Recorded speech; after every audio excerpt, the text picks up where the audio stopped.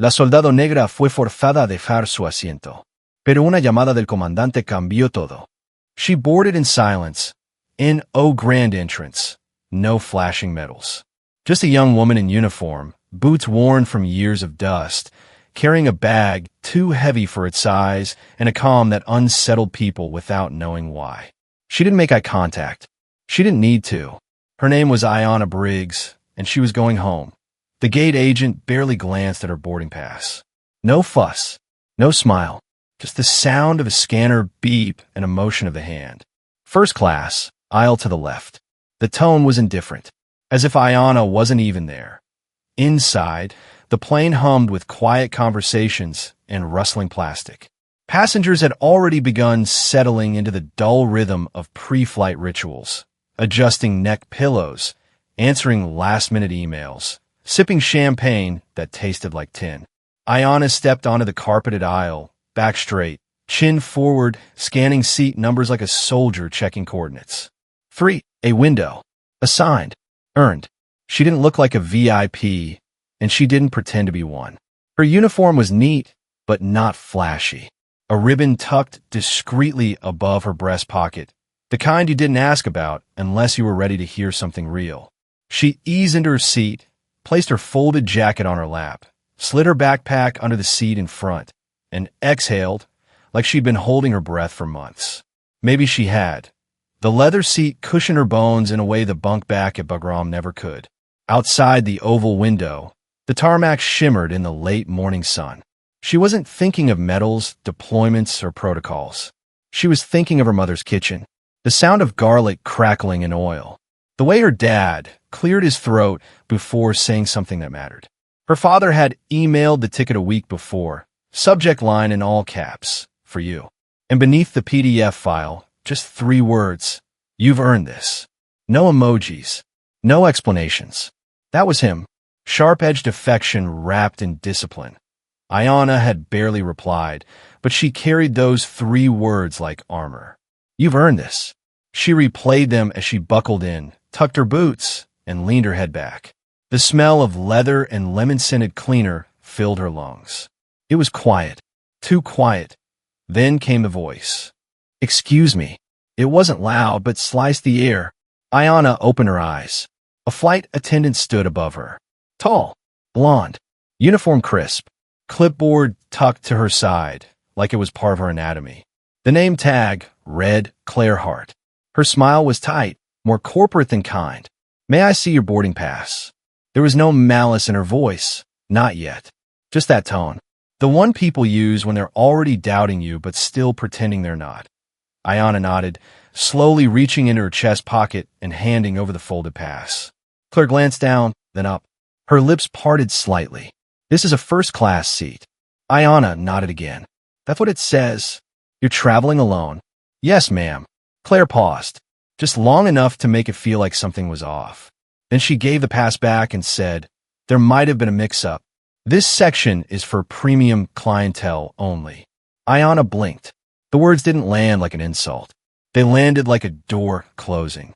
"This is the seat my father booked," she said, her voice level. Claire's smile faltered, but only for a beat.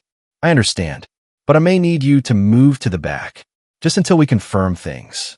There was no raised voice, no dramatic argument. Ayanna didn't ask for anything, not understanding, not permission. She simply looked down at her hands, then at her backpack. Her father had bought that ticket. First class. For her. Still, she stood up, and one else in first class looked up. Not one word, not even a glance.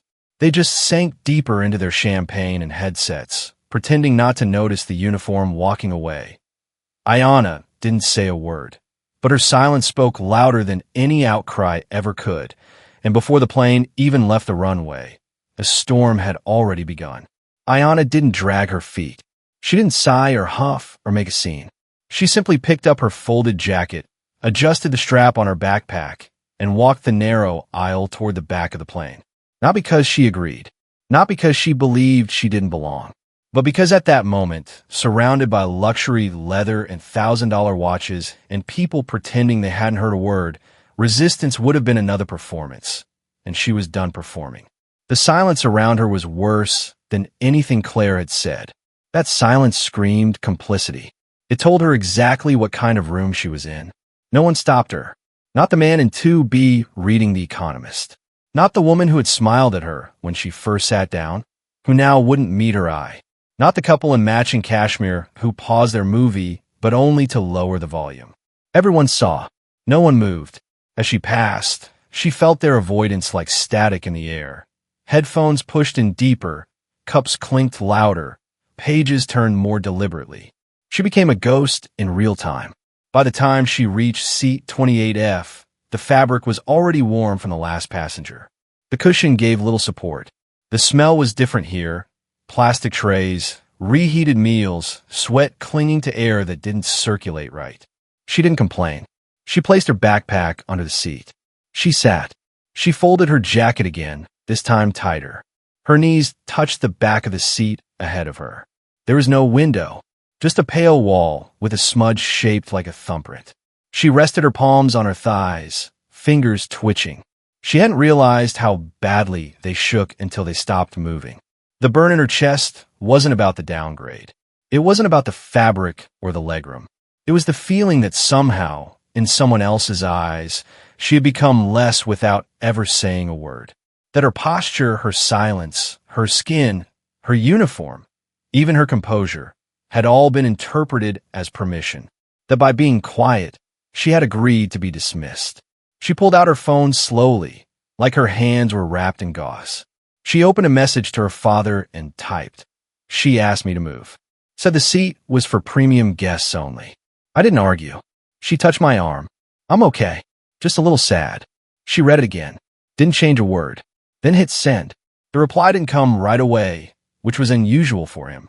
But she knew he'd seen it.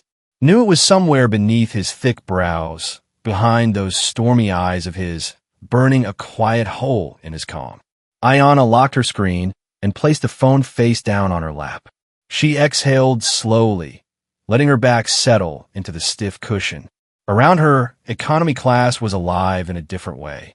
There were kids kicking tray tables, people laughing too loudly at reruns, attendants brushing past with carts that rattled and jerked.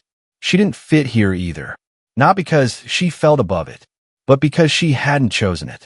Her presence here wasn't hers. It had been decided for her, assigned by someone else's assumption and enforced by someone else's hand. A flight attendant passed. A different one this time, shorter, younger, with nervous eyes and a voice that barely carried. Would you like some water? Ayanna nodded once.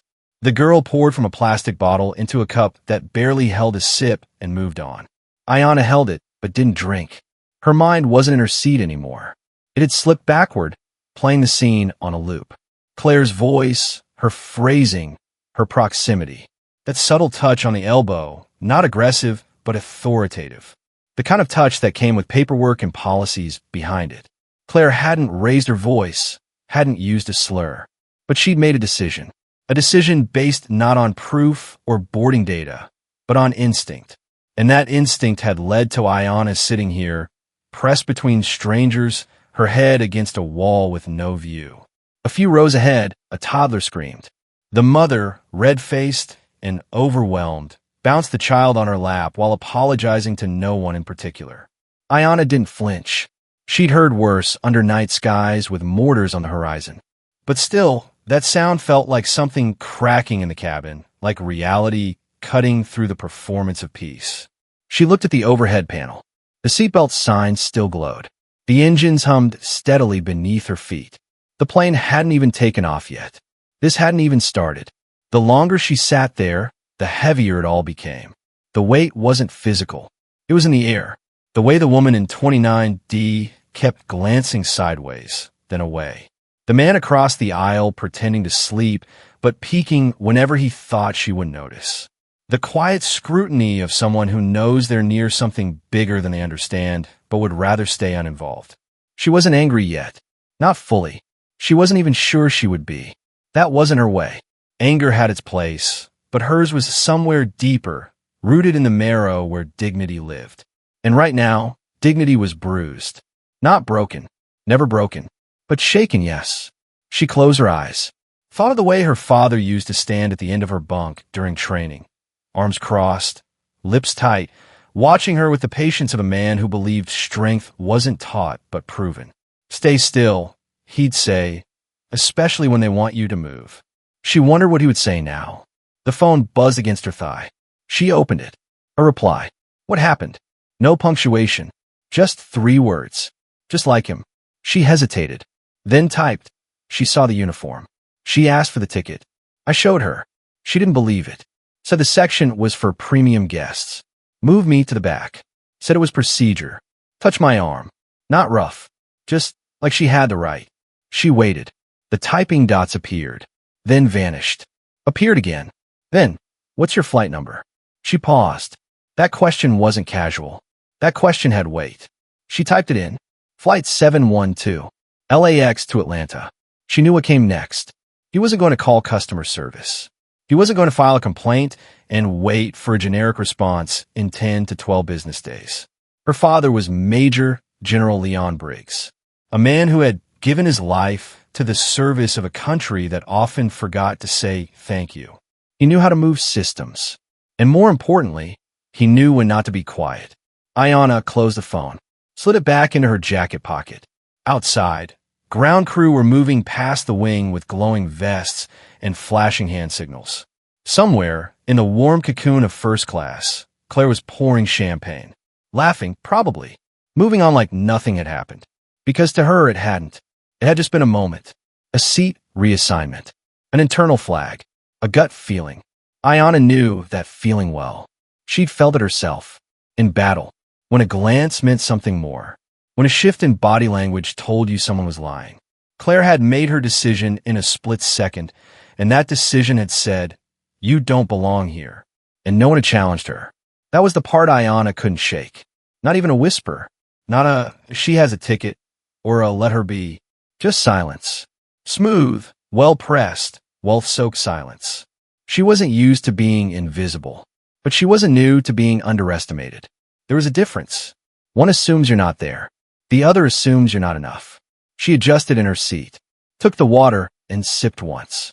Then closed her eyes again, letting the roar of the engines build into white noise. The plane began to taxi. Overhead, the lights dimmed slightly. Her breath matched the rhythm of the roll. Not fast, not slow, just steady. She whispered to herself. Not a prayer, not a curse. Just one word. Still. The word her father taught her. The one she carried like armor. She didn't know yet what would happen next. She didn't need to. She had done nothing wrong. She had said nothing wrong. And sometimes being still was the loudest thing you could do. The plane turned onto the runway. Claire, somewhere up front, secured the galley and buckled in. Ayanna sat in economy, unseen but unshaken, as the plane lifted into the sky. Miles below, a signal bounced off a tower. A message had been received. A silence had ended. And something was coming. The hum in the cockpit was steady, a low mechanical murmur woven with the occasional crackle of static from the comms.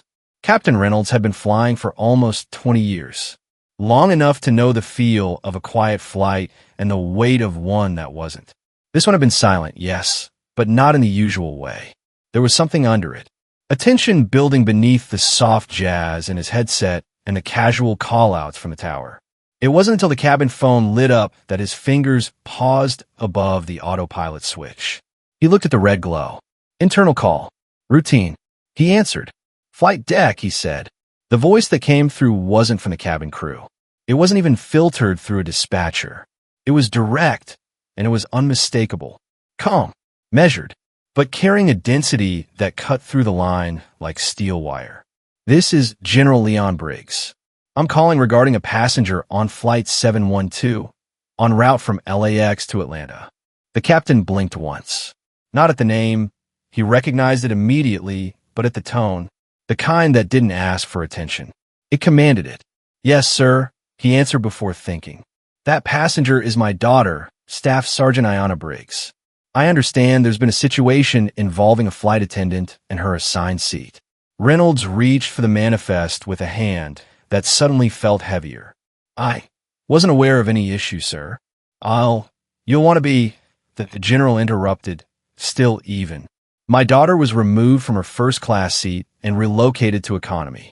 Not for any infraction, not for any error in booking, but because someone decided she didn't look the part. The silence in the cockpit now was colder than engine air. Understood, Reynolds said, clearing his throat. I'll speak to the cabin crew immediately. You'll also want to prepare for a call from Federal Aviation Oversight, the general continued, and possibly defense liaison. We're not making this a media scandal. Not yet. But if my daughter is being disrespected in uniform, on American soil, on a civilian aircraft operated under federal license, then we have a much larger conversation. The line clicked. Just like that. No threats. No shouting. Just a call that shifted the center of gravity on the plane. Reynolds sat motionless for a second, staring at the panel in front of him as if the numbers had rearranged. Then he pressed the button for crew comms. Claire Hart to the flight deck, please. The words were normal. His voice was flat, but in the cabin, they would land with impact. Claire heard her name just as she was handing a drink to a passenger in 2C. Her hand hesitated mid-pour. The request wasn't odd, except it never happened on short domestic flights unless something had gone wrong. She forced a smile, nodded to the passenger, and handed off the tray. Her walk toward the cockpit was smooth, confident, almost mechanical. She passed rows of people who didn't know they were sitting in the middle of a story now unspooling around them. The cockpit door unlocked with a soft click. She stepped in, smoothing the front of her uniform. Captain, you wanted to see me? Reynolds didn't waste time. I need to ask about a passenger. Ayanna Briggs, seated originally in 3A. Claire's brows lifted slightly. There was a discrepancy. Her name didn't match what I had on my first-class manifest. I asked her to move until it could be verified. Did you verify it? Reynolds asked. She hesitated. I looked at her ticket. It said 3A. But, she was in uniform. And we've had situations in the past where passengers impersonate military personnel to get bumped. I followed protocol. I didn't want to escalate. So instead, you decided to de-escalate her seat. He didn't raise his voice. He didn't need to. The way her posture shifted said everything. Captain, she began, I understand this seems. Her father is General Leon Briggs. The name landed like a dropped wrench. Claire stopped breathing for a second. Her lips parted, then closed again. He just called me directly, Reynolds continued. He's already alerted FAA and Defense Oversight. I don't care about protocol right now. I care about the fact that you made a decision without verifying her status, and now this flight is under federal attention. Claire swallowed. What would you like me to do? You're going to escort her back to 3A. You're going to do it respectfully, publicly, and you're going to apologize. Not for the mistake, for the assumption. If you don't understand the difference, that's your problem to work through later. She nodded once, jaw tight. Yes, Captain. Now, Claire exited the cockpit slower than she had entered. Her confident walk was replaced with something more brittle, more hesitant. As she moved past the rows of first class again, she could feel it. A pressure in the air. She didn't know who had heard what. But something had changed. Something small, imperceptible, yet powerful enough to make her palms sweat. She walked down the aisle past the curtain into economy. The world smelled different back here. She found Ayanna sitting upright in her cramped seat, hands folded on her lap, eyes open but not looking at anything. Claire stopped, unsure for the first time in a long time what to say. Staff Sergeant Briggs, she said quietly, bending slightly. There was a misunderstanding. I'd like to escort you back to your seat in first class. Ayanna turned her head slowly. Her expression didn't register surprise or anger. Just clarity. A misunderstanding, she repeated. Claire nodded. There was a mismatch in names. The system didn't reflect, but the ticket did, Ayanna interrupted. Yes, but, and you checked no one else's. Claire hesitated again. Passengers nearby had started to lower their books, mute their screens. The air was thick now. That's true, Claire admitted softly. Then it wasn't a system error, Ayanna said, still calm. It was judgment. Claire opened her mouth, closed it, then straightened her spine. Please, she said, allow me to escort you back. Ayanna reached for her bag. She didn't rise fast. Her movements were deliberate. Her body spoke more than her words ever could. She walked behind Claire slowly, and as they passed through the aisle toward first class again, heads turned. People watched, not out of curiosity, but something closer to reckoning. Claire could feel every step like glass underfoot. Ayanna returned to seat 3A without drama. She sat, placed her bag beneath, folded her jacket once more. Claire stood beside her, voice measured but shaking.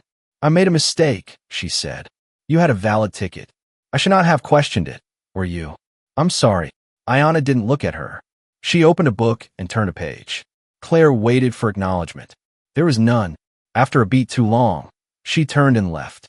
Passengers in first class suddenly became interested in anything else. Their drinks, their screens, the window. No one met Ayanna's eyes. But they all saw her. For the first time that flight, they saw her. Captain Reynolds leaned back in the cockpit. The call had done its work. But something lingered. Something he couldn't file or sign off on. A knowing that some flights don't just carry passengers. They carry weight. This one now carried a reminder. A reckoning. A message, spoken without raising a voice, without threats.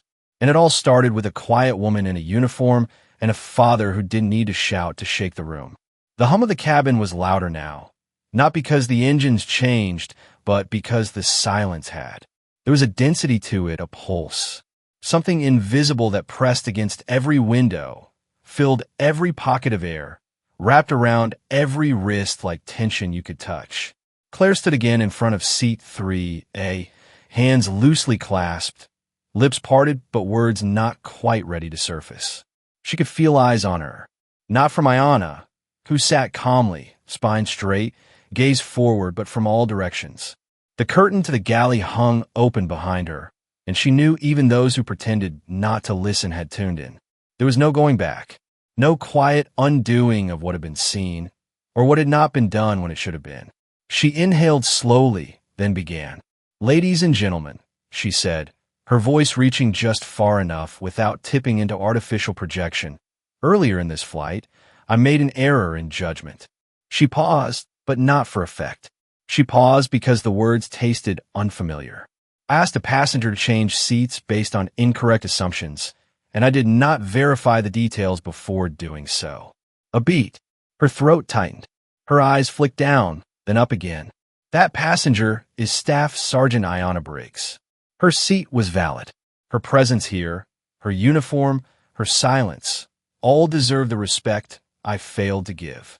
There was no gas from the cabin, no reaction she could wrap herself around, just a wall of awareness. That heavy, slow realization settling across every row that something had happened, and they had let it. Claire turned her face toward Ayanna again, eyes softer now. "Sergeant Briggs," she said, her voice lower, more human, "I offer you my sincere apology." Ayanna didn't blink. She didn't flinch. She didn't offer a polite nod to rescue Claire from her discomfort. Instead, she asked one question. "Did you check anyone else's ticket?" It landed like thunder in a silent field, the kind of sound that doesn't need volume to be heard. Claire hesitated. The passengers heard it too. The ones near the front stiffened slightly. Some turned their heads slowly. Others froze in place. Someone in 2B adjusted his tie with exaggerated care, but didn't speak. Claire's voice was thinner now. "No," she admitted. Ayanna held her gaze for a moment, then turned back toward the window. That was it. No speech, no accusation. Just the weight of that one fact, that no one else had been questioned. And everyone knew why. Claire stood there a moment longer, the silence swallowing her. She had offered her apology, but the moment had shifted. It wasn't about words anymore. It was about everything they hadn't said earlier. Everything they had let slide. The man in the aisle seat across from Ayanna glanced over. His lips parted as if to say something, maybe sorry, maybe nothing, but he didn't. He just watched. The woman in the row behind shifted in her seat, then looked out the opposite window, her jaw clenched.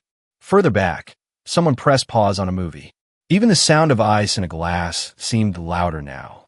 Claire backed away, her steps slow, her expression neutral, but inside she could feel the crack. The control she once held now drifted somewhere beyond reach. like a tray unlatched in turbulence. She didn't return to her galley. Not yet. She walked down the aisle past the curtain and disappeared toward the back, swallowed by the same section she had sent Ayanna to only moments before. Ayanna didn't follow her with her eyes. She didn't need to. The message had been written already, on the walls, in the air, between the lines of every boarding pass. It was stitched into the fabric of every silence, every polite smile that had looked the other way. And now, it was seeping into the bones of the cabin. One passenger adjusted his seatbelt. Another picked up a magazine and turned the page without reading. They weren't sure what to do with what had happened. It wasn't violent. No laws had been broken. No shouts. No shoving. But something had shifted. A structure that had seemed invisible had cracked under the weight of one wrong decision and one woman who refused to carry it for them. Ayanna leaned back in her seat, her shoulders still relaxed, but her silence was no longer passive. It filled the cabin, pressed into every empty space, and made everyone notice their own breathing. The man next to her shifted uncomfortably. He looked at her, eyes uncertain, then spoke. "I saw," he said, almost whispering. "I saw what she did." Ayanna didn't respond. She just blinked slowly, letting him sit in his discomfort. He cleared his throat. "I didn't think. I wasn't sure if it wasn't your job," she said, her voice even, her eyes forward. "But it could have been." He looked down at his hands. Folded. Pale. Still. He nodded. "You're right. That was all. No justification. No clumsy attempt to fix what couldn't be undone. Just the truth, sitting heavy between them." The plane flew on. Cruising altitude. Sky smooth. But inside, the atmosphere was different. Claire finally returned to first class, but not to serve drinks. She stood by the galley, clipboard in hand, trying to ground herself in tasks. But her fingers trembled slightly when she wrote. She tried not to look at Ayanna, but the weight of her presence pulled at the edge of every action. Every time she passed seat 3A, her shoulders tensed a little. Her smile, once reflexive, had become measured, not out of fear, but of awareness. At the back of the cabin, Emily, the junior attendant, leaned toward the senior crew chief. "Did you hear?" she whispered. The chief nodded without looking up. We all did. In the cockpit, the captain hadn't said much since the call, but he'd updated the logbook, not with the words spoken, but with the timestamp. He knew this flight wouldn't be routine by the time they landed. It wasn't about consequences. It was about presence. Someone had stood their ground, without shouting, without threat, without needing anyone else's permission to take back her place. Ayanna turned a page in her book. Her eyes skimmed the words, but her thoughts were somewhere else. She was used to being looked at, inspected, judged. That came with the uniform, even off duty. But today was different. Today she hadn't just been seen. She had made them see themselves. She didn't need validation. Her seat wasn't a gift. Her silence wasn't submission. And as the engines hummed beneath her, as the clouds passed beyond her window, as the hum of the cabin tried to return to normal, everyone knew it wouldn't. Not really. Something had shifted, and that shift had a name, a face, a quiet uniform that no longer needed to be explained. The flight pressed on in silence that wasn't really silence anymore. It was the kind that echoed in glances, the kind that lived in the throat of passengers too unsure to speak and too late to make a difference. The man across the aisle from Ayanna leaned slightly forward, his tie crooked now, as if the weight of what had happened had tilted everything, even him. He looked at her without arrogance, just a timid attempt at something like connection, something like redemption wrapped in awkward breath.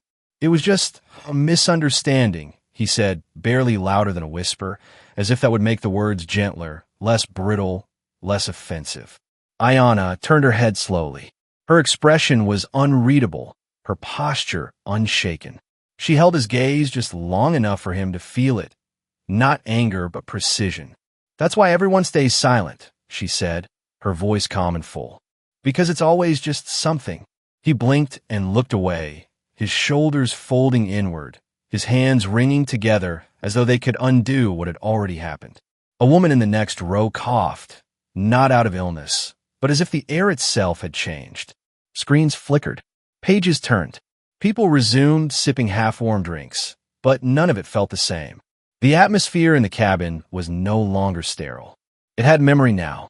It had presence. It had seen itself in a mirror, and the image was uncomfortable. Ayanna didn't need anyone to apologize. She didn't need a round of nods or post-flight declarations. The moment had happened. It had spoken for itself. She closed her book, not because she had finished reading, but because the words inside couldn't compete with the weight of everything unsaid outside of it.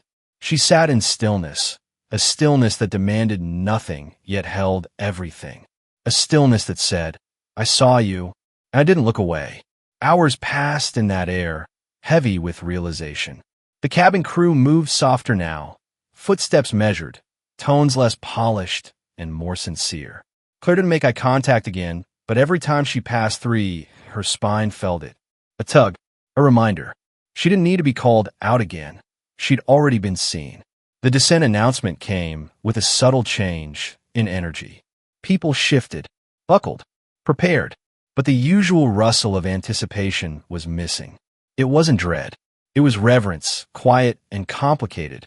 The wheels touched down with a soft thud, the kind of landing that made you forget how heavy a machine like this was. But the real landing had already occurred, mid-flight, when silence became voice.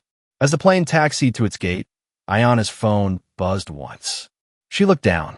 A simple message. Gate 17. I'll be there. No name needed. She already felt his presence through the words. General Leon Briggs wasn't a man of theatrics. He didn't need to announce himself. His silence, like hers, carried the weight of generations. When the cabin doors opened, a soft light spilled in from the terminal. Passengers stood, retrieving their bags with practiced efficiency. But the glances were different now. Less about logistics, more about her. Some eyes met hers, hesitantly. Others dropped, unsure of whether to offer acknowledgement or pretend nothing happened. She didn't look for validation. She stood with the same quiet dignity, slinging her pack over one shoulder, jacket folded neatly over her arm. There were no agents at the door, no security hustle.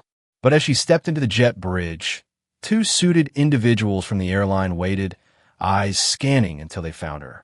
Sergeant Briggs, one said, soft but professional, "We've been instructed to escort you to the executive lounge." She gave a nod, followed without question. The hallway felt long, but unhurried. People in the terminal moved like they always did, rushing, scrolling, distracted. But some recognized her. A few stopped. One woman took a step forward, opened her mouth, and said nothing. Just held a hand to her chest, eyes wide. Ayanna passed without breaking pace. Not because she didn't see it, but because she didn't need to respond. The truth had traveled ahead of her. The executive lounge was quiet, wrapped in neutral tones and soft leather chairs. She was led through it toward a private room in the back. When the door opened, he was already there, standing. No one else. No words. Just her father. His uniform crisp. His face unreadable but known. She stepped inside and stopped. He didn't move at first. Neither did she. Then, slowly, without fanfare, he opened his arms. Ayanna walked into them, not like a child needing comfort, but like a soldier returning home. Their embrace wasn't long. It didn't need to be. It held more than time. It held truth. She didn't say what happened. He didn't ask. They both already knew. What passed between them was older than the flight, deeper than the incident. It was the conversation of legacy, of quiet resistance, of dignity taught without being explained. When they parted, he nodded once. She nodded back. It was done, but it wasn't over. Outside the lounge, the world had already started moving. Someone had posted a blurry photo. Ayanna standing in economy, Claire hovering nearby. The caption was simple. This woman didn't belong here, or so they thought. It spread like gasoline on dry grass. The story unraveled in hashtags and comment threads. Passengers who hadn't spoken during the flight found their voice online. Details emerged. Timelines formed. Opinions clashed. But the center of it all was still her. Still Ayanna. Still quiet. Claire returned to the airline office later that evening. There was no suspension. No formal report.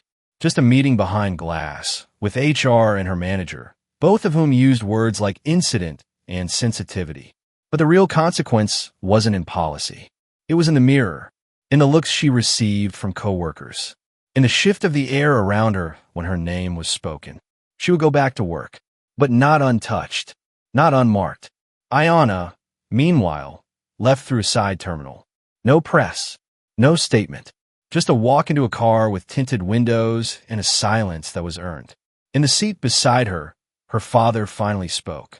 "You didn't raise your voice," he said. She shook her head. "Didn't need to." He looked out the window, then at her again. They did. She nodded, then looked out too. The city passed in blurs of light and motion. But inside the car, inside herself, everything was still. The kind of stillness that isn't the absence of sound, but the presence of knowing. That silence, once dismissed, had become undeniable. And that knowing, now passed from her to them, would linger long after the flight had ended. A week later, the world had caught up to what Ayanna had known mid-flight. The headlines had faded from fire to ember, but the conversation refused to die. Articles no longer used her name in bold, but in reverence. Not because she shouted, not because she fought, but because she didn't. Because she didn't have to. Her photo, standing still in that narrow aisle, her hands at her side, her face unreadable, had become an image passed quietly from phone to phone, captioned not with rage, but with reflection. And now, she stood at the entrance of the Academy Hall, looking up at the stone pillars that once felt too large to carry her name. The invitation had been formal, printed, delivered in person. "We would be honored if you'd speak to our senior cadets. On discipline, on dignity, on the power of restraint." She hadn't accepted right away, not because she didn't want to, but because she needed time to decide whether her story was hers to tell or theirs to learn from. In the end, she agreed, not to be a symbol, but to be real. She wore no medals, just her pressed uniform, her silence, and a folded page from the journal she rarely let anyone read. The cadets rose when she entered. Rows of them, young, some eager, some unsure, all watching her like she carried something they didn't yet understand. Maybe she did. She didn't use the podium. She walked slowly to the center of the room and let her presence settle first. Then she spoke, not loudly, not timidly, just enough. "I'm not here to explain what happened. That's already been done by people who weren't there. I'm not here to correct the record, because the record was never mine to hold." She paused, scanned the room. Faces stiffened, straightened. "What I will say," she continued, "is that silence is not weakness. It's not surrender. Silence is choice. It's what we hold on to when everything else tries to push us out of ourselves." Another pause. Someone exhaled behind her. A rustle of uniform sleeves. In the air that day, I wasn't given dignity. I kept it. That's what I want you to remember. No one can hand you what you've already earned. They can only pretend they don't see it. But that's not your burden to fix. She unfolded the journal paper slowly, the sound of it sharp against the stillness. "I wrote something down the day after that flight. I wasn't planning to share it, but maybe it's meant for you." She looked at the ink. "Read without raising her eyes. I don't need anyone to speak for me. I only need not to be erased in silence." Her voice didn't crack. It landed. Then she folded the page and tucked it back inside her coat. No applause came. Not immediately, because they were still sitting in the weight of it. Then, slowly, someone rose to their feet. Then another, and another, until the whole room stood. Not with thunderous clapping, not with roars of affirmation, but with silence again. The kind of silence that listened. The kind that saw. Claire Hart was no longer working flights. Not because she was banned.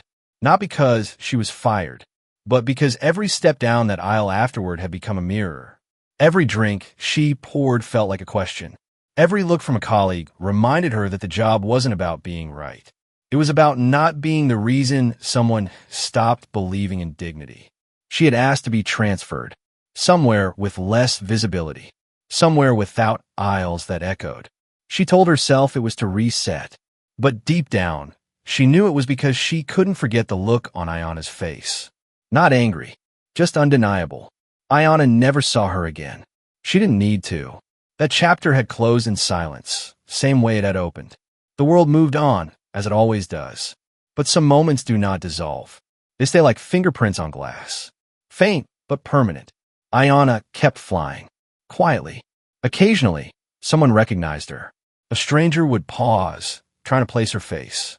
Some would smile without speaking. Others would fumble with words, "Thank you," or "I saw what they wrote." She would nod, politely, and continue. She didn't need their validation, but she did recognize something shifting in their eyes. Awareness, hesitation, perhaps even growth. That was enough. One late afternoon, as the sun dipped behind the glass wall of a crowded terminal, Ayana stood by gate 12, watching a group of people line up. She saw an older woman in uniform, a medical officer maybe, approach the gate with a weary face. The agent asked for her ID, looked up, and then gestured toward a priority lane without comment. It wasn't dramatic. It wasn't heroic. It was just right. Ayana smiled faintly, not because justice had been served, but because maybe something had changed. That was all she'd ever wanted.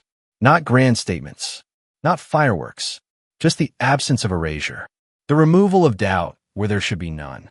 She turned from the window, her bag slung over one shoulder, her journal tucked under her arm, and as she walked toward her gate, a group of passengers made room without needing to be asked.